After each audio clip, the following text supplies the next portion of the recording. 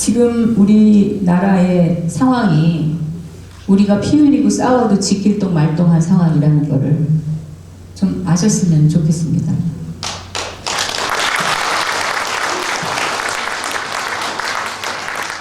많은 분들이 설마 합니다. 그리고 설마, 왜냐하면 이분들의 생각은 내가 지금 가지고 있는 거, 내가 지금 지키고자 하는 거, 이것만 가질 수 있다면 다른 거는 신경 쓰고 싶지 않은 분들이 너무 많습니다. 우파에. 나중에 홀라당 다 잊어버렸을 때 그때서 후회해도 아무 소용이 없는 거죠. 근데 지금 정말 그 찬물에 있는 냄비에 올라앉아 있다가 서서히 더워져도 모르고 있다. 결국은 익어버리는 이 개구리꼴들이 바로 지금의 우파가 아닌가. 지금 사는데 아무 지장 없거든요. 걱정하는 사람들만 뭐 저렇게들 하고 있느냐, 뭐 설마 그렇게까지 되겠느냐, 나는 돈이 있으니까 여차하면 도망가면 된다, 이런 분도 있고, 이미 문재인 5년만 피해 있다가 다시 들어오면 되지, 그리고 외국 나간 사람들 제 주변에 꽤 많습니다. 저희 남편도 저보고 분위기 이상하면 바로 떠나자고 주장을 합니다. 저는 분명히 우리 남편한테 있어요. 난 안 간다. 난 이 땅에 전쟁이 나도 나는 갈 수가 없다 이미. 그래서 남편하고 그 얘기만 나오면 싸워요. 근데 저는 우리 대한민국의 우파라는 분들이 자기가 쌓아놓은 재산이나 자기가 가지고 있는 이 안위함을 잃을까 걱정하고 겁내고 이러실 게 아니라 우리 우파가 이뤄낸 이 대한민국, 우리 보수 국민들이 힘들게, 여기 앉아 계신 분들 연세 높으신 분들 많으신데 우리 얼마나 열심히 일했습니까? 저도 치열하게 어려운 시절을 살았습니다. 저도 뭐 잘 사는 집안에 태어난 사람도 아니었고 어려운 시절 다 겪었습니다. 제가 학교 다니면서 받은 그 옥수수빵을 제가 잊을 수가 없어요.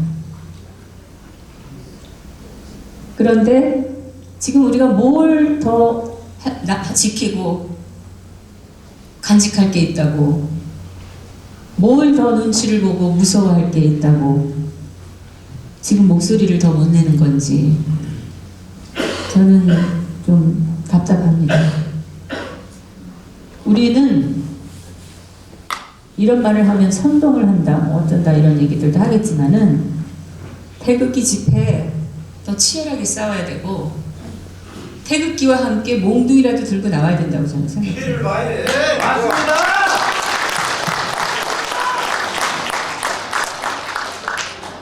이런 말을 하는 제 마음이 너무 아픕니다. 왜냐하면은 사실 그거는 폭력이고 엄밀히 따지면 옳지 않죠. 우파는 아무리 우리 장사를 하면서 삶을 살면서 뭐 때로는 거짓말도 하고 뭐 때로는 좀 과장하기도 하고 이러면서 우리가 사는 적이 있다 하더라도 이 나라를 지키는 일에, 그리고 우리가 쌓아놨던 대한민국, 이 대한민국이 하나씩 둘씩 이 구석 저 구석에서 무너지는 꼴들을 보면서 가만히 있는 거는 결국 내가 가진 거가 다 없어진다는 징조 아니겠습니까? 그런데 싸우는 건 옳지 않지만 더 큰 걸 지키기 위해서 필요한 싸움도 있는 거라고 저는 생각이 들어요. 그래서 태극 집회도 달라져야 되고 태극기 집회 나오시는 분들의 결의도 더 강력해져야 되고 원내에서 조원지는 싸워야 됩니다. 맞습니다. 태극기 집회 여기저기 우리가 이 전국을 다 여기저기 다니면서 외칩니다. 박근혜 대통령은 무죄다. 지방에 있는 국민들은 그 과정에 대해서 제대로 보도를 받은 바가 없고 언론의 허위 사실만 듣고 있었기 때문에 믿지를 않아요. 지방에 계신 분들하고 얘기 나눠보면 그래도 뭐 잘못한 게 있으니까 모든 신문들이 다 그렇게 얘기하지 잘못한 게 없는 사람을 왜 가둬놓겠나, 인간이라면. 이렇게 상식적으로 생각을 합니다. 그런데 그런 사람들을 다니면서 박근혜 무죄 석방 외치는 게 씨가 먹히겠습니까? 먼저 국민들에게 진실을 알려서 설득을 하지 않으면 저는 우리가 아무리 돌아다녀도 헛고생하는 거라고 생각이 들어요. 그럼 어떻게 지방에 있는 국민들을 알게 하느냐? 특히 지방을 다니면서 저는 그 과정을 영상으로 만들어서 차의 영상차를 곳곳에 다니면서 보여주어야 됩니다. 좌파들이 좌파 영화 그거를 보여주려고 소외된 노인들 그 시골 마을에 가가지고 집 빌려서 영화관 차려가지고 그걸 또 방송으로 내고 보여주는 영화라는 게 전부 무슨 택시 운전사니 에? 무슨 뭐 그런 지네들이 만든 완전 거짓말 역사 그 영화를 보여주면서 그걸 또 좌파 방송들하고 결탁해가지고 그거를 또 해서 또 그걸 못 본 국민들한테도 보여주면서 저렇게 노인네들 소외된 노인네들을 찾아다니면서 영화도 보여주고 애쓰는구나 이런 생각 갖게 하고 그 영화로 국민을 세뇌하고 이런 걸 우리 우파가 왜 못합니까? 영상이 붙어있는 차 그거 빌리는데 돈 얼마 안 되니까 그거 빌려서 태극기 탄핵 과정을 다 보여주고 최근에는 그 헌법재판소에서 계속 일했던 분이 나와서 애당초 그 헌법 그 탄핵 소추안 자체가 잘못되어 있었다. 그 진술을 다 하지 않았습니까? 그런 내용 캡처해서 영화로 다큐멘터리처럼 짧게 만들어서 그거 보여주고 다니는 거죠. 우리도 국민들이 깨달아야지 깨달아야 우리 편이 됩니다. 근데 이들은 진실을 모르고 있는데 우리만 다니면서 이게 진실입니다 라고 외쳐도 납득이 안 되는 거야. 한마디로 서울에서도 많은 분들이 그래도 박근혜가 뭔가 잘못한 게 있으니까 저렇게 되는 거지 지가 그래도 아무런 잘못이 없는데 모든 사람들이 다 그렇게 하겠느냐 이렇게 얘기해요. 우리 다 알고 있잖아요. 그럼 답답하잖아요. 어떻게 설명을 해야 좋을지. 어떻게 그걸 설명하고 설득할 수 있을지를 여러분들이 써서 외우고 다녀야 된다고 저는 생각합니다. 왜 그게 문제였는지 이 대한민국의 법치가 무너졌다고 아무리 법치 회복을 외쳐도 왜 법치가 무너졌다고 하는지를 국민들이 알아야지 그걸 모르면 결코 우리 편이 되지 않습니다. 우리만 억지, 극우, 꼴통, 박바 이렇게 되는 거죠. 저는 원래 박사모도 아니었고 박바도 아니었어요. 저는 박근혜 대통령이 여자인데 과연 대통령이 될 수 있을까? 근데 문재인은 저 낙곰수 이런 쓰레기 같은 놈들하고 어울려 다니니 문재인은 어떻게든 안 되겠다. 저는 문재인이 그렇게 골수 사회주의자인지는 몰랐어요. 제가 또 잡혀갈까봐 공산주의자라는 말을 쓰지 않겠습니다. 근데 어찌됐든 그래서 문재인은 대통령감이 아니다. 그러면 이쪽에서 대항마가 박근혜밖에 없는데 박근혜 여자분이 과연 대통령감인가? 이 보수적인 이 사회에서 남성 위주 사회에서 박근혜를 대통령으로 뽑을 것인가? 그 생각 때문에 저는 박근혜 대통령에 관한 책을 다 사서 읽어봤어요. 박근혜 씨가 직접 쓰셨다는 일기장, 수기 이런 것도 구해서 읽어봤습니다. 저는 그 책들을 읽고 너무 눈물을 흘렸어요. 너무 가슴이 공감이 되고 이분의 그 열정과 애국심에 감동을 받아가지고 제가 많이 울었습니다. 그 책을 보고. 깨끗하고.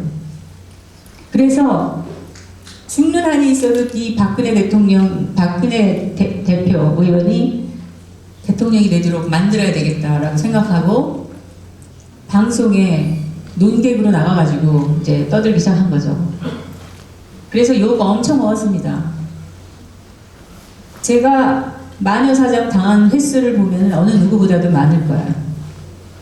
아마 네이버나 이런 다음에 검색어 1위를 그렇게 여러 번 한 사람도 아마 연예인 중에서도 별로 드물 거라고 저는 생각합니다. 그렇게 마녀사냥을 당하면서 저는 꿋꿋하게 끝까지 대통령 선거 발표 직전까지도 당선자 발표 나기 직전까지도 저는 다 문재인이라고 했는데 당선될 거라고 팻말을 꿋꿋하게 저는 들고 있었고 결국 박근혜 대통령이 당선이 되셨어요. 그래서 그래서 저는 그것만 될 줄 알았습니다. 이 나라가 대통령 중심제고 국가관과 정체성 확실한 분이, 깨끗한 분이 됐으니 이제 우리나라는 살았다, 이렇게 생각을 했습니다. 그런데 당선이 되자마자 내각 구성도 못하고 질질 끌려다니고 사사건건 발목이 잡히고, 저 이거 보고 이거 큰일 났구나, 이 생각이 들었어요. 그리고서 어떤 구청장 한 놈이 박정희 대통령의 정체 뭐 이런 거 있잖아요. 그런 제목으로 그 어려운 구인데 재정 자립도 20%밖에 안 되는 구에서 돈을 몇백만 원을 들여가지고 구민 특강을 갑자기 하는데 박정희의 정체 이런 겁니다. 제가 이거 보고 너무 열이 받아가지고 이런 개자식들이 말이야, 욕해서 죄송합니다. 제가 이 태극기 들다가 욕이 많이 늘었어요. 이놈 저놈이 절로 나온다 요즘. 제가 애들이 욕하는 게 싫어가지고 청소년 언어 교화 순화 교육 과정까지 개발했던 사람이에요. 표준말 좀 쓰게 하고 욕 좀 하지 말게 하려고 제가. 그런데 요새는 이 욕이라는 게 감정이 격하면 절로 나오는 거구나, 그걸 깨닫고 그래도 조심은 합니다만은 이런 놈들이 있나. 박정희 대통령께서 조금만 더 강력한 독재자라면 그놈들 다 이미 죽은 목숨이에요. 그렇지 않겠어요? 반역학질을 하면. 근데 박정희 대통령은 인본주의자이고 기본적으로 인간을 사랑하고 대한민국을 사랑하신 분이기 때문에 박정희 대통령이 사형을 시킨 사람이 거의 없습니다. 그런데 저것들이 누구 덕에 사는지도 모르고 박근혜 대통령이 되자마자 갑자기 이 왜곡된 역사를 가르치는 특강 교실을 여기저기서 하는 겁니다. 그걸 보고 제가 열이 받아가지고 거기 그 구민들까지 이런 거 하지 말라고 막 구 게시판에다가 반대 의사를 수백 개를 올리는데도 그거 무시하고 그냥 강행하는 거예요. 구청에서 한다고 뭐라고 그러니까 이제 자기들 그 좌파 단체에다가 하청을 줘가지고 그 사람들 먹여 살리면서 하라고 그런 거죠. 그 구청 앞에서 많은 국민들이 그때 1월 달인데 추위에 덜덜덜덜 떨면서 그 특강 반대한다고 피켓 들고 시위를 하는데 이 구청장이라는 놈이 밥 뜨뜻하게 점심 먹고 들어오면서 그걸 비웃으며 지나가는 사진이 인터넷에 떴어요. 제가 그걸 보고 열받아가지고 이 종북 좌파 지자체장들 이번 다가오는 선거에서 반드시 퇴출시켜야 됩니다, 이러고 올렸다가 이제 그때부터 제가 이제 재판 폭탄을 맞고 온갖 마녀사냥을 당하는 게 시작입니다. 저의 이 굴곡의 역사가 그때부터 시작이 된 겁니다. 근데 그거는 단순한 거잖아요. 우리가 사상의 자유, 생각의 자유, 표현의 자유를 얘기하면서 그거 할 수 있는 얘기 아닙니까? 근데 그걸 얘기를 했다고 제가, 물론 저는 그걸로 형사적인 처벌은 안 받았어요. 그런데 민사적으로는 제가 다 손해를 물어줬습니다. 몇백만 원씩. 이 나라는 이미 민주주의 국가가 아닙니다. 다 착각들을 하고 있어요. 내가 당장 여기서 하고 싶은 거 몇 가지 할 수 있다고 해서 우리가 자유를 가지고 있는 게 아니잖아요. 나라를 위해서 말을 할 수가 없는 그런 조직. 북한에서도 자기 일상은 다 할 수 있습니다. 그런데 체제에 대해서, 지도자에 대해서 한마디 하면 다 어떻게 돼요? 감옥 가고 사형당하고 그러잖아요. 우리가 그거와 다를 게 뭐 있습니까? 문재인을 문재앙이라고 했다고 경찰 수사하겠다고 떠드는 놈들이 문재인 생일이라고 온 지하철역에다가 생일 잔치처럼 누가 한다고 해도 나 같으면 말릴 것 같은데 좋다고 그거를 내버려두고 뭐 내가 한 거 아니다, 내 지지자들이 한 거다, 그거 부당 기부행위 아닙니까? 그런 거 엄정하게 우리가 따지고 들어야 되는데 우파들이 너무 무기력한 거예요. 내버려 두는 거예요. 기껏 하는 짓이 아무도 없을 때 거기다 침 뱉고 가는 거. 저가 건강이 안 좋아서 계속 집에 있으면서 제가 내가 이걸 나가가지고 밤에 이걸 다 때려 부시면 어떻게 될까 이런 생각을 여러 번 했었는데, 우리가 뭔가 강력한 우파 단체가 있어서 할 일을 해야 된다고 저는 생각합니다. 지금 그런 우파 단체들이 없고요. 이 태극기 국민들의 그 애국심을 내가 좀 다 가져볼까? 이쪽으로 다 오게 하는 방법이 없을까? 내가 리더가 되고 싶은데 이런 사람은 많이 있는 것 같아요. 이래서는 안 되는 겁니다. 나라를 구할 수가 없어요. 제가 2013년 1월 달에 그렇게 재판 폭탄을 맞고 지금도 재판이 한 8개를 지금 하고 있습니다. 그 전에 이미 14개를 끝냈습니다. 그리고 돈도 몇 천만 원 썼어요. 변호사 비용이니 뭐 손해배상이니 해가지고. 그런데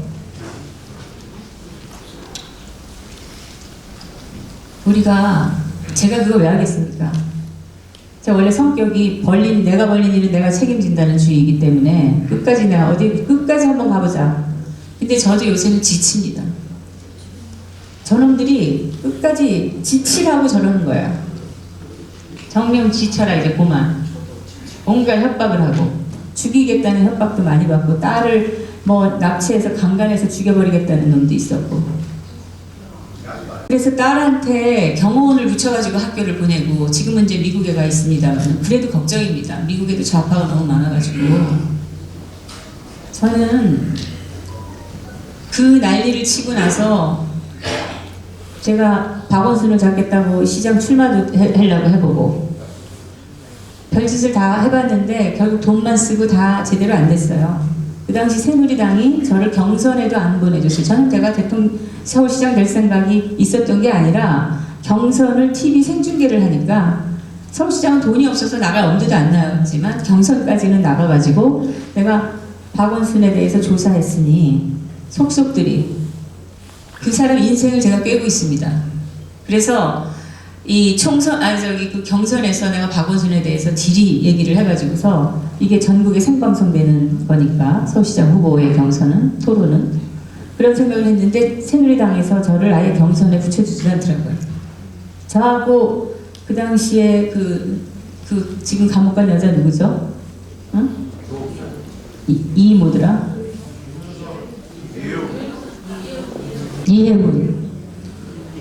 이해문하고 저하고 지지도가 비슷했어요. 시장 적합도 조사를 해가지고 그걸 n분의 1로 나눠가지고 그것도 제가 돈을 내고 했는데 저하고 비슷했는데 그 여자만 붙여주고 저는 안 붙여주더라고요. 저는 워낙 강성이라서 내가 그 지역구 거기도 내가 용기를 내가지고 당협위원장 응모도 했는데 그 자유한국당 당시 새누리당의 심사위원들이 정미용 씨는 너무 극우로 지금 알려져 있는데 이런 식으로 해가지고 제가 그 사람들한테 그랬습니다. 극우라는 뜻이 뭔지는 아느냐고. 지금 대한민국에 극우가 어디 있습니까? 극좌는 있어도 극우가 없다. 왜냐하면 우리가 일본에 극우파들이 있지 않습니까? 그 사람들은 정말 극좌나 반국가 행위하는 자들, 이런 사람들 가서 죽입니다. 진짜로 가서 죽이고 아주 혼을 내줍니다. 그런 사람들이 극우입니다. 저는 말만 좀 했을 뿐인데 저를 극우로 몰아 극우 꼴통이라고 되어 있는데, 제가 자유민주주의, 자유대한민국을 외치는데 그게 어떻게 극우입니까? 스스로도 극우라고 생각하는 사람들이 있어요, 여기. 그래서 제가 계속 외치는 겁니다. 우리는 자유민주 국민이다. 이제 우니 좌니 이런 거 할 필요가 없다. 자유민주, 나라를 지키고자 하는 자유민주 국민과 이 나라를 말아먹으려고 하는 종북 좌파들밖에 없다, 여기는. 그리고 그 중간에 어중이 떠중이들이 좀 있다. 뭔지도 모르는. 이 어중이 떠중이들을 우리가 논리적이고 사실적인 근거를 가지고 설득을 해서 대한민국을 뒤집어야 된다. 저는 그렇게 생각을 합니다.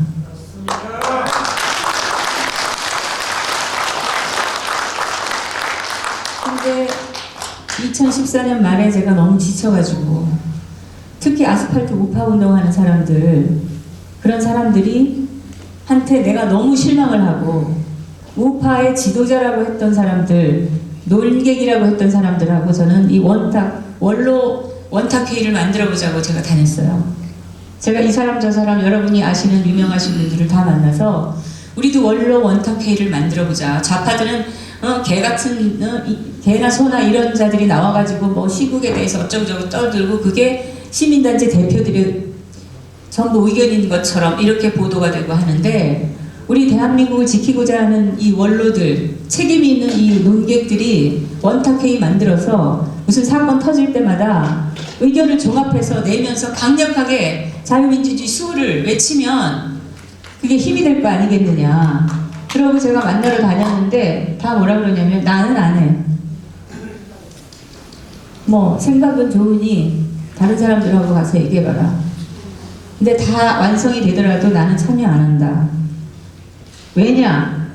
그리고 제가 따져보니까 누구누구가 싫어서예요. 누구누구가 싫어서 못한다는 겁니다. 그 사람하고 나는 상극이고 그 사람들이 하는 말과 이런 것들이 다 나하고 다르기 때문에 나는 결코 그 사람이 앉는 그 원탁 테이블에 같이 앉을 수가 없대요.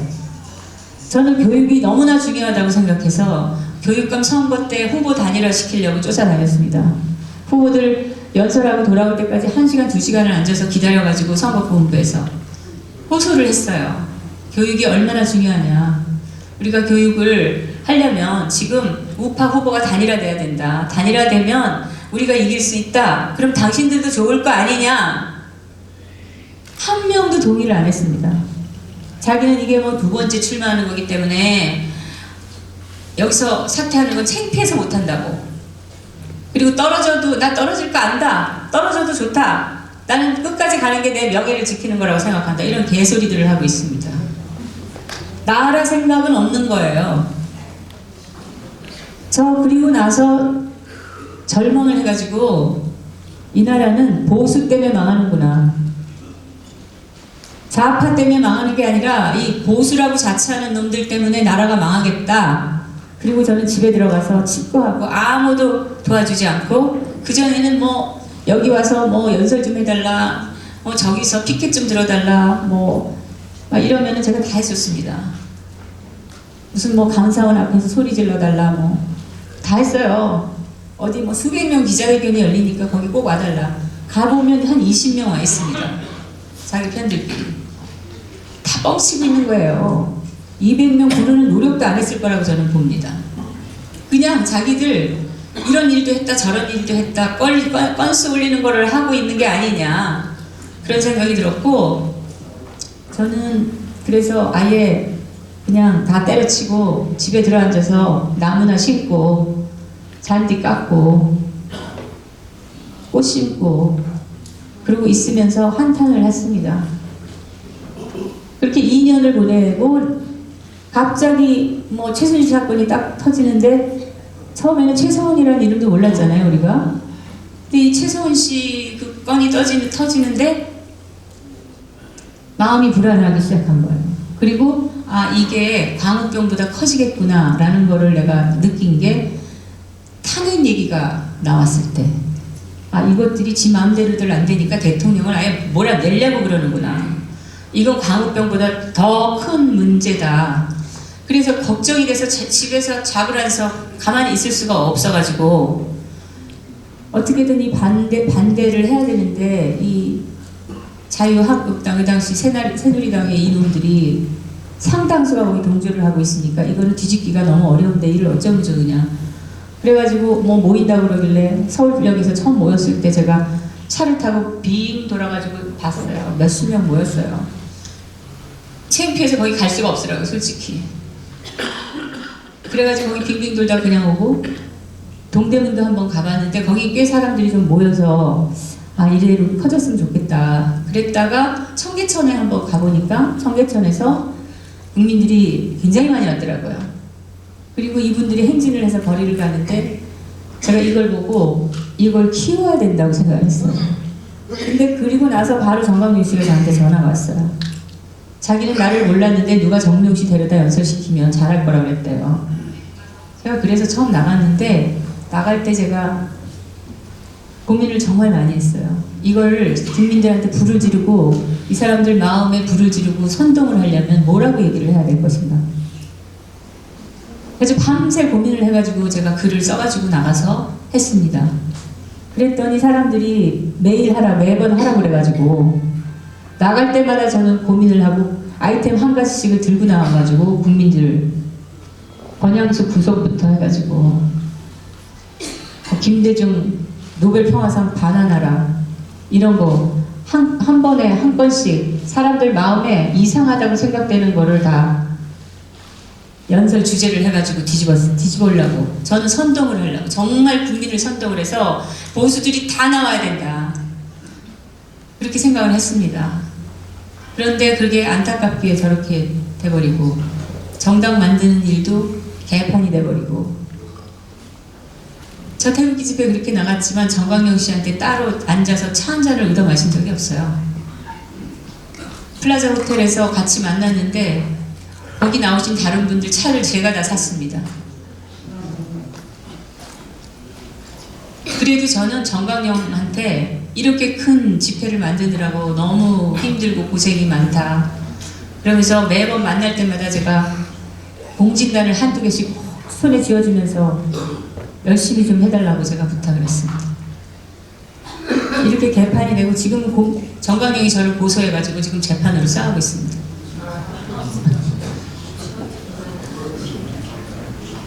제가 뭐 더 이상은 이제 얘기 안 하고 그 다음에 뭐 새누리당에서 나와가지고 뭐 무슨 대한애국당을 만들고 이런 얘기는 다 여러분들이 알고 계시는 거고 저는 대한애국당 얘기를 입에 올리기 싫기 때문에 말씀을 안 드리겠습니다만은 지금 우리가 당이 하나 있습니다. 그죠?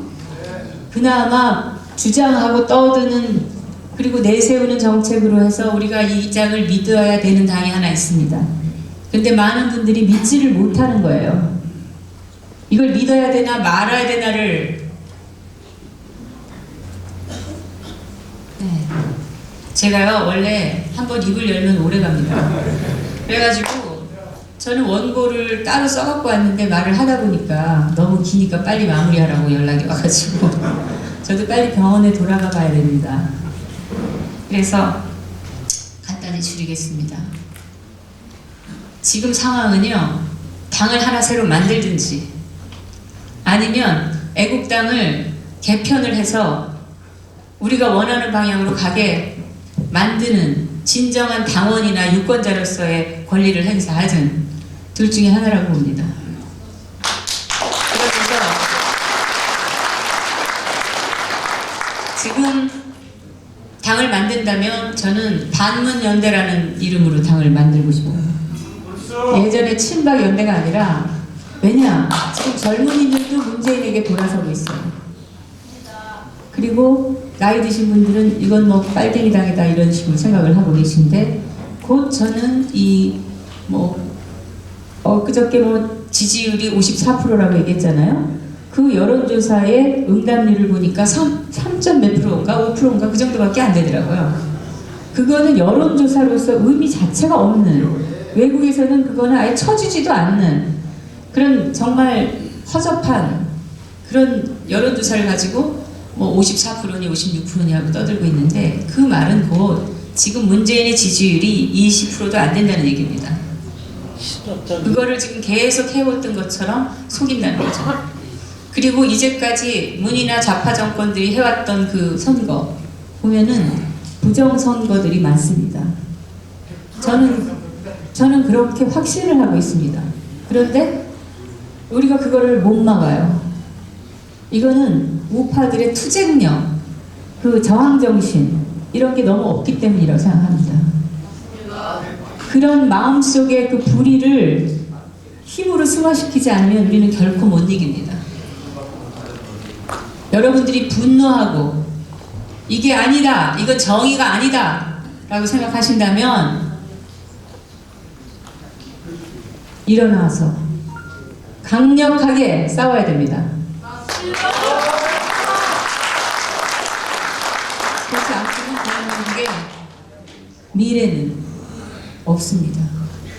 그래서 제가 오늘 원래 드리고 싶었던 말씀은 지금 우리 개헌이 몇 조 몇 항을 뭐라고 바꿔놨는지 그래서 그게 의미하는 게 뭔지 이런 것들을 말씀드리려고 제가 싸갖고 왔는데 얘기를 하다 보니까 그런 구체적인 걸 들어갈 때가 아니라 우리 정신 상태를 점검해야 될 때라고 저는 생각이 들어가지고 제가 말씀을 드리는데, 지금 이 상태로 태극기만 들어가지고는 우리는 못 이겨요. 못 이기고 우리는 지금 논리도 없고 정확한 앞으로의 그 비전, 정책 방향 이런 것도 없어요. 대한애국당이 그걸 제시하지도 않습니다. 대통령이 나오면 어떡할 것이냐, 대통령이 대한애국당으로 올 것이냐, 저는 결코 안 오신다고 봅니다. 맞습니다.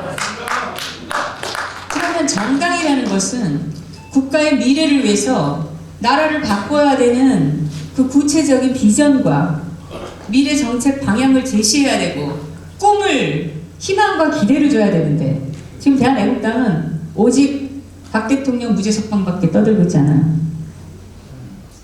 저는 이 당이 이래가지고는 미래가 없다고 생각하기 때문에 저는 그 당을 미련 없이 떠난 겁니다. 우리는 미래를 생각하고 가야 돼요. 그리고 대통령을 정말 구하려면 문재인을 끌어내려야 됩니다. 문재인을 끌어내리기 위해서 우리가 어떤 걸 해야 되느냐, 여기에 초점이 맞춰져야 되는 거예요. 맞습니다. 문재인을 반대하는 사람들을 다 모아서 반문 연대로 싸워야 돼요. 여기까지 제 얘기는 줄이도록 하고, 여러분 새해에 건강하시기 바랍니다. 제가 원래 억울하면 병이 납니다. 예전에도 제가 부당하게 질환 발령이 난 적이 있었는데, 그때 루푸스가 재발을 해가지고 제가 2번 죽었다 살아났어요. 8개월 동안 입원하고. 지금도 제가 너무 터무니없이 너무 억울한 일을 당해가지고 병이 났다고 저는 생각합니다. 억울해하지 마세요. 아니, 그거는 한마디로 제가 아직 덜 성숙했다는 얘기라고 저는 생각을 하고, 이 마음속에 이 억울함을 빨리 치워버리고, 네, 더 불의에 대한 저항 정신을 키워야 된다라고 생각하면서 매일 제가 구도를 하고 있습니다. 구도.